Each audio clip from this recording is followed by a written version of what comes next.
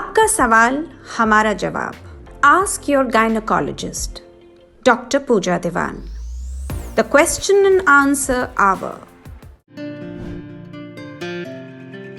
Menopause होता किस उम्र पे?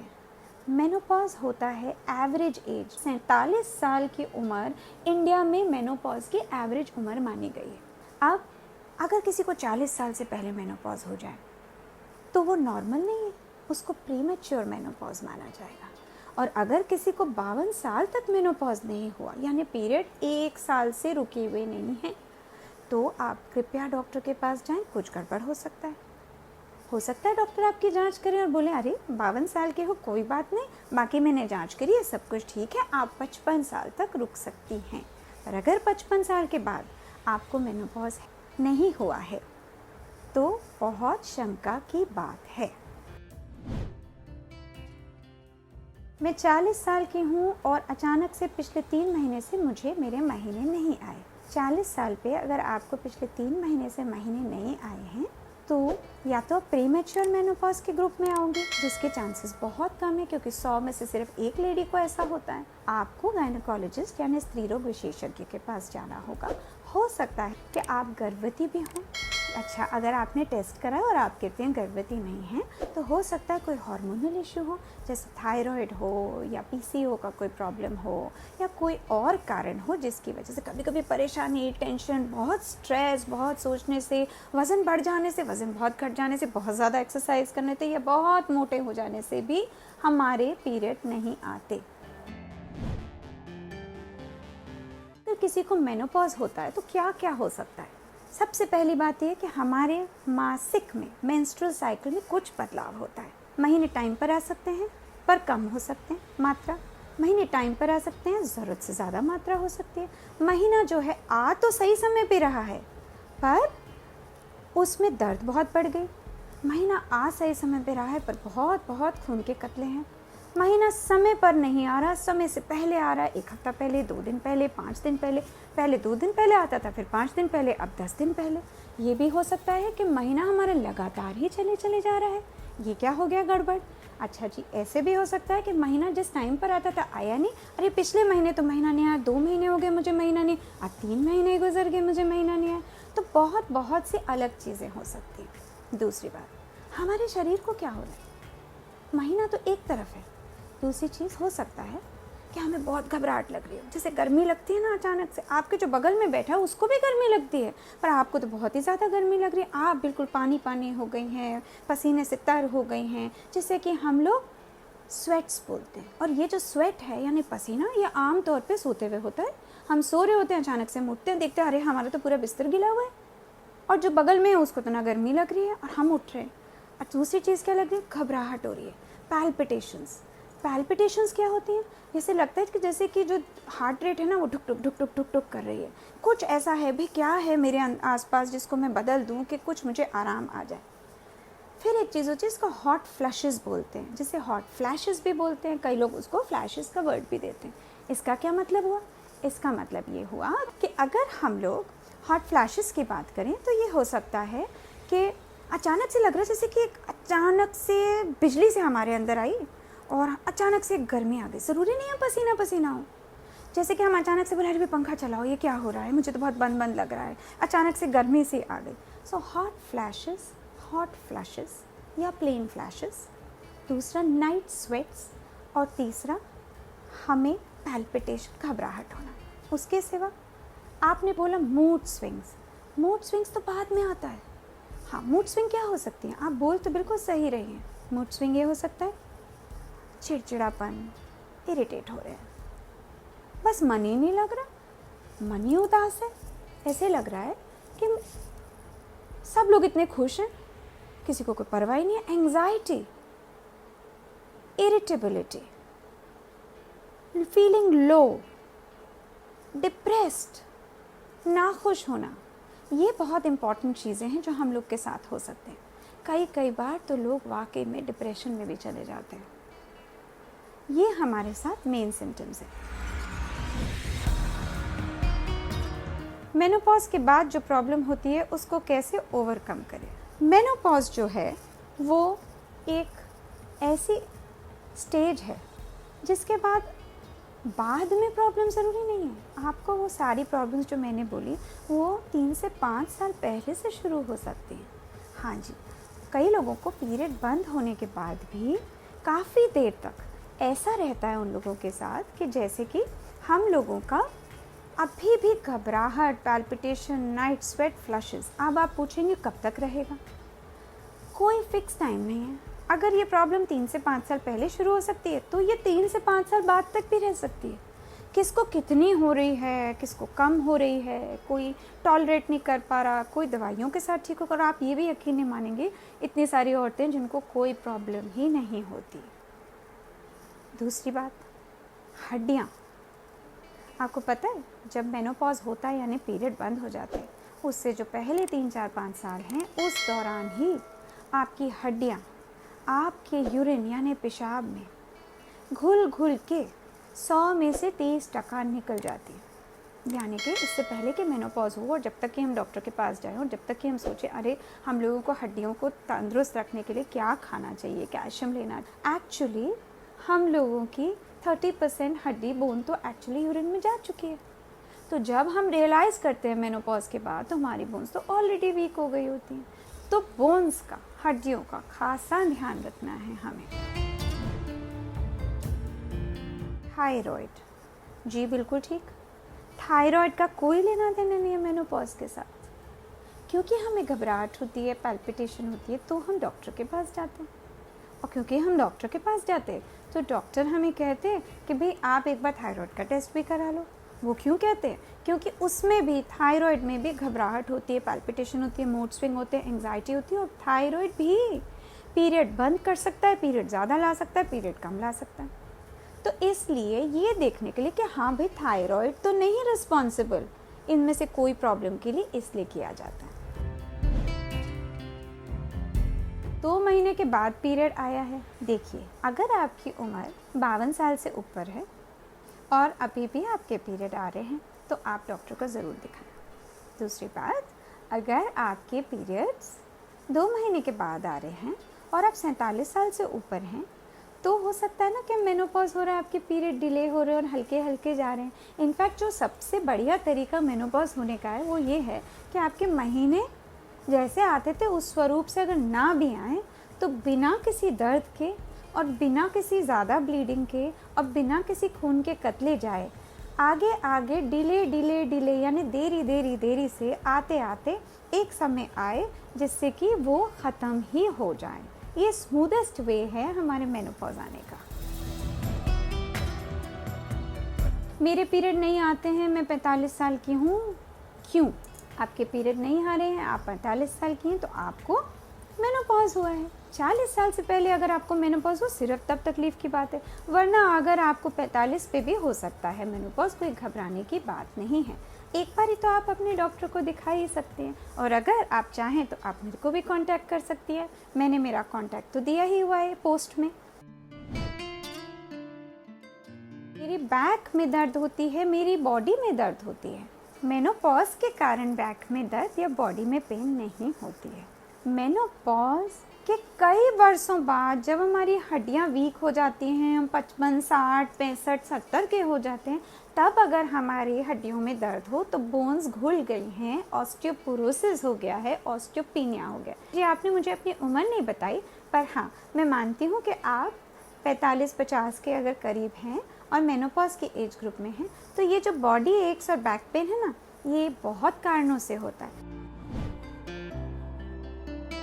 मैं 44 साल की हूँ पर 5-6 साल से मुझे पीरियड टाइम कम हो गया है और hormonal disturbance and mood swing severe हो गए हैं। पीरियड ख़त्म होना और 1 साल हो जाना उसके ख़त्म हुए को हम मेनोपॉज मानते हैं, बाकी को हम मेनोपॉज नहीं मानते। पर आपके साथ जो हार्मोनल डिस्टर्बेंस, मूड स्विंग्स हो रहे हैं, कुछ ब्लड टेस्ट करने पड़ते हैं। 44 पे ये सब होना ठीक है, पर अगर आपको 5-6 साल पहले से हो रहा है यानी आपको 38 साल से हो रहा है, इसका मतलब है आप अर्ली मेनोपॉज की तरफ हैं, है ना जी। तो इसके लिए हमें कुछ हार्मोन टेस्ट करने होते हैं और हम कुछ ऐसे टेस्ट और ऐसी चीज़ें कर सकते हैं जिसका आपको ऐसा फ़ायदा हो कि आपके मेनोपॉज हो रहा है उसको नहीं रोक सकते हम, वो कुदरती चीज़ है। पर जो आपके साथ ये सिम्टम मूड स्विंग हो रहे हैं, इसकी लेवल हम लोग कम कर दें, आपकी जो अफेक्ट है ये मूड स्विंग्स का, बॉडी डिस्टर्बेंस का, उसकी जो एगनी है, जो पेन है, जो सिम्टम है, जो चैलेंज है, उस सबको हम कम कर सकें। आपकी उम्र 27 साल की है, आपका पीरियड रेगुलर नहीं है, मुझे थायराइड एंड ना कोई प्रॉब्लम है, अल्ट्रासाउंड वगैरह किया है। 27 साल की उम्र में अगर आपका पीरियड रेगुलर नहीं है और अगर आपको अल्ट्रासाउंड में कोई प्रॉब्लम नहीं है, थायराइड की कोई प्रॉब्लम नहीं है, तो आपको मोस्ट लाइकली हार्मोनल डिस्टर्बेंस है, जो कि कई प्रकार की होती है। सिर्फ थायराइड नहीं होता, और हार्मोन भी होते हैं। दिमाग से पिट्यूटरी आता है, प्रोलैक्टिन आता है, फिर गले से थायराइड आता है, फिर नीचे बॉडी से ओवरीज आती हैं। अच्छा, ये भी हो सकता है कि छोटी मोटी ही हार्मोन की प्रॉब्लम हो जो आपकी डायग्नोज ही नहीं हुई, या ये हो सकता है कि आपको शायद कोई ओवरीज में प्रॉब्लम हो, जैसे पॉलीसिस्टिक ओवरीज हो। ऐसा कुछ ना हो जो कि प्रीमेच्योर मेनोपॉज की तरफ हो, क्योंकि मैंने जो प्रीमेच्योर मेनोपॉज की बात करी, 100 में से 1 लेडी को प्रीमेच्योर मेनोपॉज होने के चांस होते हैं। और कभी कभी अगर हमारे पीरियड शुरू से ही रेगुलर नहीं आते तो हमें बस एक छोटा सा ब्लड टेस्ट कराना होता है और हमको पता चल जाता है कि हाँ जी, मेरे को वो वाली कोई तकलीफ नहीं है। क्या ये 33 साल की उम्र पे हो सकता है? आपको यकीन नहीं आएगा, बट 6 साल, 8 साल, 12 साल, 18 साल, 20 साल, 25 साल की लड़कियों तक को मेनोपॉज समय से पहले हो सकता है, और ये हकीकत है। कई बार हमारी बॉडी की ट्यूनिंग ही ऐसी होती है कि ऐसा हो जाता है और डॉक्टर नहीं समझ पाते और वो कहते हैं हार्मोन प्रॉब्लम है, हार्मोन प्रॉब्लम है, और इधर उधर की दवाइयाँ देते हैं। इसलिए प्लीज़ आप सही पर्सन को कंसल्ट करें।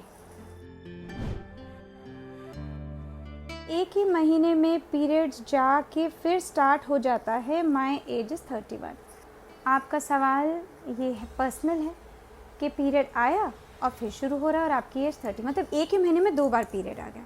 आपको पता है एक पीरियड और दूसरे पीरियड के बीच में कितना गैप होना चाहिए? कम से कम 21 दिन का। और अगर पीरियड पहला दिन है, वहाँ से गिनती करिए, 21 दिन का गैप होना चाहिए। और अगर पीरियड लेट आप मानती हैं तो पहले दिन से 35 दिन का गैप होना चाहिए। आमतौर पे एवरेज 28 डेज है। तो अगर आपको महीने में 2 बार पीरियड आ रहा है तो पहले तो आप एक चार्ट बनाइए कि मेरा किस दिन पीरियड आता है, मेरा किस दिन ख़त्म होता है, कितने दिन ब्लीड करती हूँ, कितने दिन धब्बा आता है, प्रॉपर ब्लीडिंग कब होती है, उसमें दर्द कब होती है। ये सारी डिटेल्स आप मेंटेन करिए। फिर उसके बाद या मुझे कांटेक्ट करिए या अपने डॉक्टर को कांटेक्ट करिए और हमको पता चलेगा कि ये पीरियड की प्रॉब्लम क्या है। अब आपने पूछा ही है तो प्रॉब्लम वही हार्मोन, चाहे थायराइड है, चाहे प्रोलैक्टिन है, चाहे हार्मोनल इम्बैलेंस है, चाहे एस्ट्रोजन का इशू है, चाहे पॉलीसिस्टिक ओवरीज का इशू है, विभिन्न प्रकार का। कभी कभी पॉलिप्स भी होते हैं, फाइब्रॉइड भी होते हैं। आप अपना अल्ट्रासाउंड भी कराइए। बोन्स का कैसे ध्यान रखें? क्या ऐसा ले कि हमारी बोन्स ठीक रहे? मेनोपॉज है, बोन्स गल रही हैं, बोन्स को स्ट्रांग रखना है, एक्सरसाइज करो।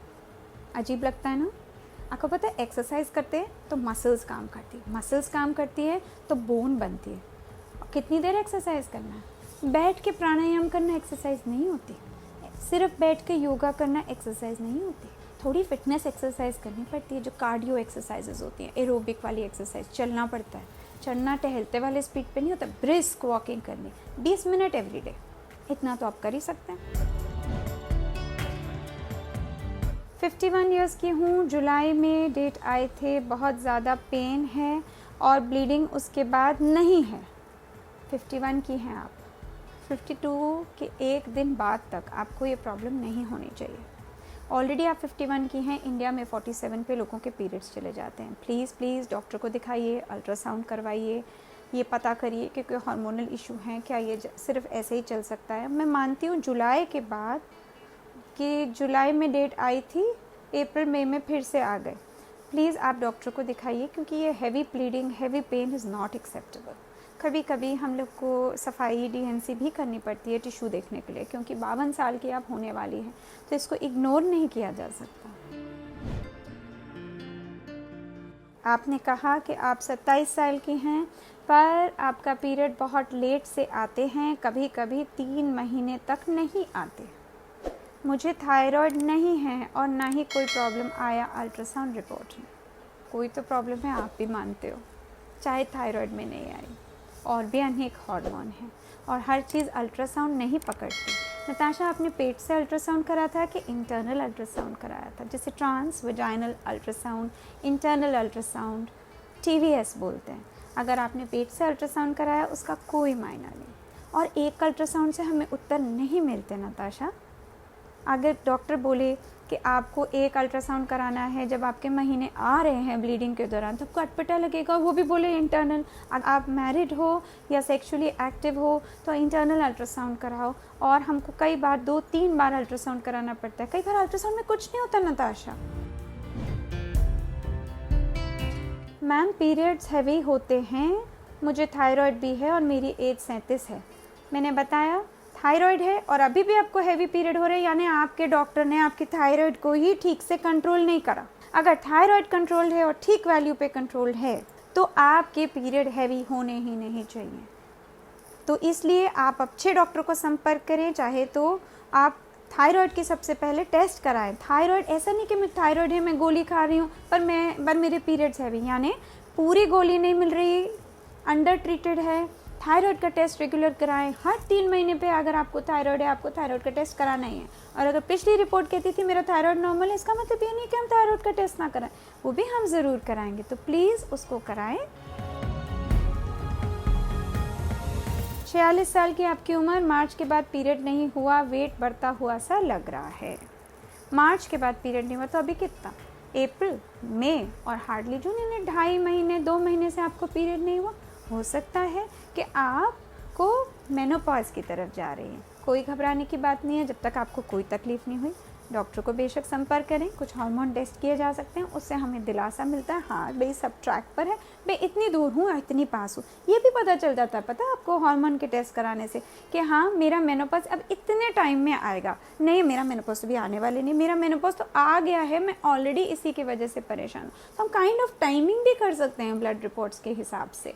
वज़न बढ़ता हुआ, फिर 2 महीने तो आपके पीरियड्स आए नहीं, कोरोना है, कोरोना का टाइम है, lot of people are not going out and exercising, start exercising. मुझे मालूम है आप घर का बहुत ध्यान रखती होंगी और आप घर में भी बहुत काम करती होंगी, पर एक्सरसाइज करना अलग बात है। और घर में चाहे इंसान कितना भी काम कर ले, कितना भी वर्क फ्रॉम होम, कितना भी हाउस होल्ड चोर्स कर ले, फ़र्क है। प्रॉपर एक्सरसाइज करें। क्या पॉज टैबलेट लेना चाहिए? मुक्ता जी, पॉज टैबलेट खुद से नहीं लेना चाहिए। पॉज टैबलेट की भी एक डोज़ है, अगर उस डोज से थोड़ा सा ज़्यादा ले लिया तो आपने सुना होगा कि कभी कभी पैरों के अंदर खून की गांठें बन जाती हैं। वो खून की गांठ छूट के, कट के सीधे लंग्स में आती है और एक स्ट्रोक में ही की डेथ हो सकती है पल्मोनरी एम्बोलिज्म से।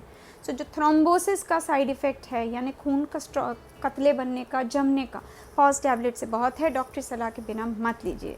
बहुत से लोग ऐसे ही लिख देते हैं, बहुत से पेशेंट्स को होता है ये पॉज दूंगी तो मेरा पीरियड रुक जाएगा, मैं डॉक्टर के पास क्यों जाऊँ, चलो मुझे रियायत तो मिल गई। प्लीज़ प्लीज़ प्लीज़ ऐसा न करें। आपकी हेल्थ आपके हाथ में है, डॉक्टर की कंसल्टेशन लें, उसके हिसाब से चलें। आपने कहा पीरियड्स रेगुलर हैं पर स्किन रैश आता है और स्किन में इचिंग होती है। जी मोस्ट लाइकली फंगल इन्फेक्शन है और वो फंगल इन्फेक्शन ट्रीट करनी होगी। कई बार ना 2 चीज़ें जब रगड़ती हैं तो फ्रिक्शनल भी चीज़ होती है, चाहे फंगस इन्फेक्शन हो। कई बार फंगस के ऊपर बैक्टीरिया आ जाता है तो वो हम लगाते रहते हैं वही फंगस वाली क्रीम्स, रिंगार्ड, क्लोट्राइमाजोल, पर नहीं ठीक होता, कभी कभी गोली खानी पड़ती है। तो एक विशियस साइकिल, जैसे बालों में डैंड्रफ होता है ना, आया तो उसको जाना बड़ा मुश्किल है। प्लीज़ अपनी शुगर्स भी चेक कराओ। कई लोगों को ना जो बार बार फंगल इन्फेक्शन होती है शुगर्स की वजह से होती है। लेग मसल्स में दर्द रहता है, मेरे पीरियड्स 6 महीने से नहीं आए हैं, मेरी एज 48। लेग मसल्स का मतलब काफ मसल्स, यानी नी और जो एंकल जॉइंट है उसके बीच की मसल्स। मरोड़ पड़ती है अचानक से। क्या आपको नहीं लगता आपको ये मरोड़ रात को सोते हुए पड़ जाती है और इतनी ज़ोर की पड़ती है कि जैसे दर्द के मारे इंसान चीख पड़े? कितना ऑफुल है ना। ये पता कितने कारणों से हो सकता है। विटामिन की कमी, vitamin B12, vitamin B1, vitamin B6, vitamin E, कितने सारे विटामिन, कितने सारे माइक्रोन्यूट्रिएंट, इवन अमाइनो एसिड्स की कमी होती है कई बार, लिवोकार्निटीन की। तो ये जो चीज़ें हैं ना, हम लोग अपने खान पान में नहीं लेते, ये हमारे खान पान में ठीक से नहीं आते। हम हर सब्ज़ी को गर्म करके पकाते हैं, सब खत्म हो जाता है। तो विटामिन सप्लीमेंटेशन लेनी पड़ती है उसके लिए। मैम मेरे पीरियड रेगुलर नहीं है, पीसीओडी 10 साल से है, वेट 65 kg है, हाइट 5 फीट है, उम्र 36 है। पीसीओडी में मेनोपॉज का टाइम क्या होगा? पीसीओडी में इतने सारे अंडे होते हैं और इतने सारे अंडे यूज़ ही नहीं होते, तभी तुम्हारे पीरियड नहीं आते रेगुलरली। तो आपको मेनोपॉज में बाकी सबसे लेट ही आएगा, आप हमेशा सबसे ज़्यादा यंग रहोगे। फ़िलहाल कुछ महीनों से मुझे एक माइल्ड पीरियड हो जाने के बाद फिर से एक हफ्ते में दोबारा माइल्ड पीरियड आ जाता है विद सेम सिम्टम्स। क्या ये नॉर्मल है? ये तो बिल्कुल नॉर्मल नहीं है कि पीरियड हुआ और एक हफ्ते बाद वापस आ गया। ये पीरियड नहीं है, इसको इर्रेगुलर ब्लीडिंग बोलते हैं, जिसे मेटोरेजिया बोलते हैं। Matter of strong concern, you need to see your doctor. Menopause के बाद यूरिन इन्फेक्ट होना, no, there is no correlation. आपने अपने शुगर टेस्ट कराए? हो सकता है शुगर हो, उसकी वजह से यूरिन इन्फेक्शन हो रहा हो। हाँ, मेनोपॉज के बाद स्किन में बहुत ड्राइनेस वाली लगती है सिम्टम, जैसे कि मैंने कहा वो हार्मोन चला जाता है। इसलिए माय डियर, बॉडी पे क्रीम लगाओ, नारियल का तेल लगाओ, ऑलिव ऑयल लगाओ, लुब्रिकेट योरसेल्फ। जो अंदर से नहीं आ रहा ऊपर से तो लगाओ। कोरोना वैश्विक महामारी के समय पर इसके खिलाफ हमको जंग करना है और ये जंग हमारी तरफ से है, अब उस वायरस की तरफ से नहीं। सचेत रहें, सुरक्षित रहें, सशक्त रहें, सबल रहें, संवेदनशील रहें। नमस्कार।